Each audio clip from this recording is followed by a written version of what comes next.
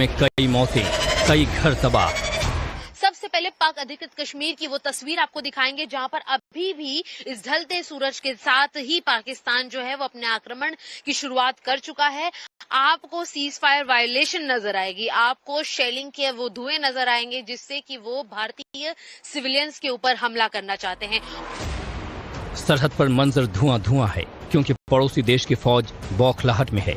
Operation सिंदूर की मार से पाकिस्तान हिला हुआ है।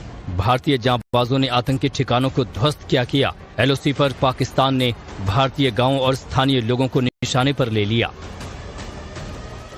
आप देख सकते हैं कि किस तरह से यहाँ पर लगातार सीज फायर वायलेशन के जरिए फायरिंग की गई, मोर्टार के गोले छोड़े गए, शेलिंग की गई, जिसके बाद यहाँ पर इस पूरी छत के जो परकच्चे हैं वो उड़ चुके हैं। और आप इस बात से अंदाजा लगा सकते हैं कि यहाँ पर कितनी तेज इंटेंसिटी रही होगी जब यहाँ पर मोर्टार आकर फटा होगा, यहाँ पर शेलिंग हुई होगी, तब कितनी तेज यहाँ पर आवाज के साथ साथ यहाँ पर विस्फोट हुआ होगा।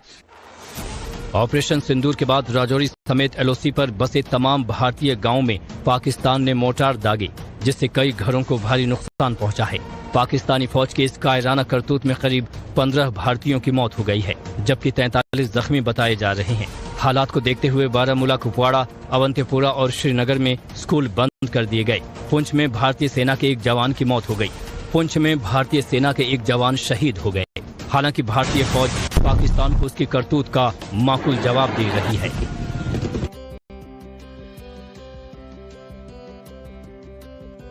और पाकिस्तान की नापाक हरकतें जारी है। पाकिस्तानी गोलीबारी में लांस नायक दिनेश कुमार शहीद हो गए हैं, जो कि हरियाणा के पलवल के रहने वाले थे। बॉर्डर एरिया पर उनकी तैनाती थी। जिस दौरान पाकिस्तान लगातार एलओसी का उल्लंघन कर रहा था, वो वहीं पर तैनात थे। बम आकर उनके बहुत पास में गिरता है, जिसकी वजह से 2 लोग जख्मी हो जाते हैं। अस्पताल में जब भर्ती कराया जाता है तो दिनेश ने अपनी आखिरी सांस वहां पर ली। लांस नायक के तौर पर काम कर रहे थे दिनेश और ड्यूटी पर तैनात थे। उसी वक्त पाकिस्तान के इस हमले की वजह से उनकी मौत हो गई है, शहीद हुए, वो शहादत मिली।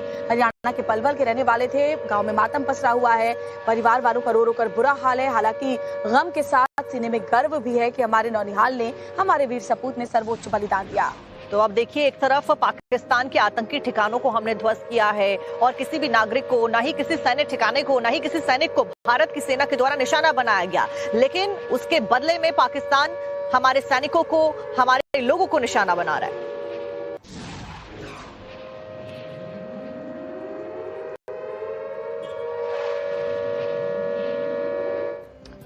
और इस सब के बीच में ऑपरेशन सिंदूर के बाद में आज जो पहली सर्वदलीय बैठक बुलाई गई है, जिसमें जो रक्षा मंत्री राजनाथ सिंह है वो इसकी अध्यक्षता करेंगे और सभी पार्टी के जो बड़े नेता है वो मौजूद रहेंगे। राहुल गांधी भी इसमें होंगे, कांग्रेस अध्यक्ष मल्लिकार्जुन खड़गे भी होंगे। ऑल पार्टी की ब्रीफिंग में ऑपरेशन सिंदूर को कैसे अंजाम दिया गया, ये सब कुछ सामने रखा जाएगा। गृह मंत्री अमित शाह की मौजूदगी भी इसमें रहेगी। ब्रीफ किया जाएगा कि कैसे ये ज्वाइंट ऑपरेशन रहा, इंडियन नेवी, इंडियन मिलिट्री और साथ साथ में इंडियन एयरफोर्स के द्वारा कैसे इसको अंजाम तक पहुंचाया गया। तो ये सर्वदलीय जो बैठक होने वाली है वो 11 बजे आज होने वाली है।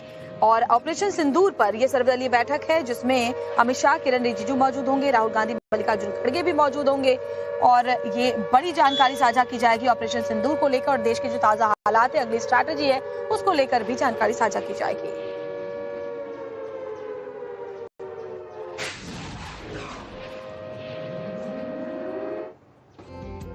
और हिंदुस्तान में भी ऑपरेशन सिंदूर के बाद हाई अलर्ट है। कई ऐसे राज्य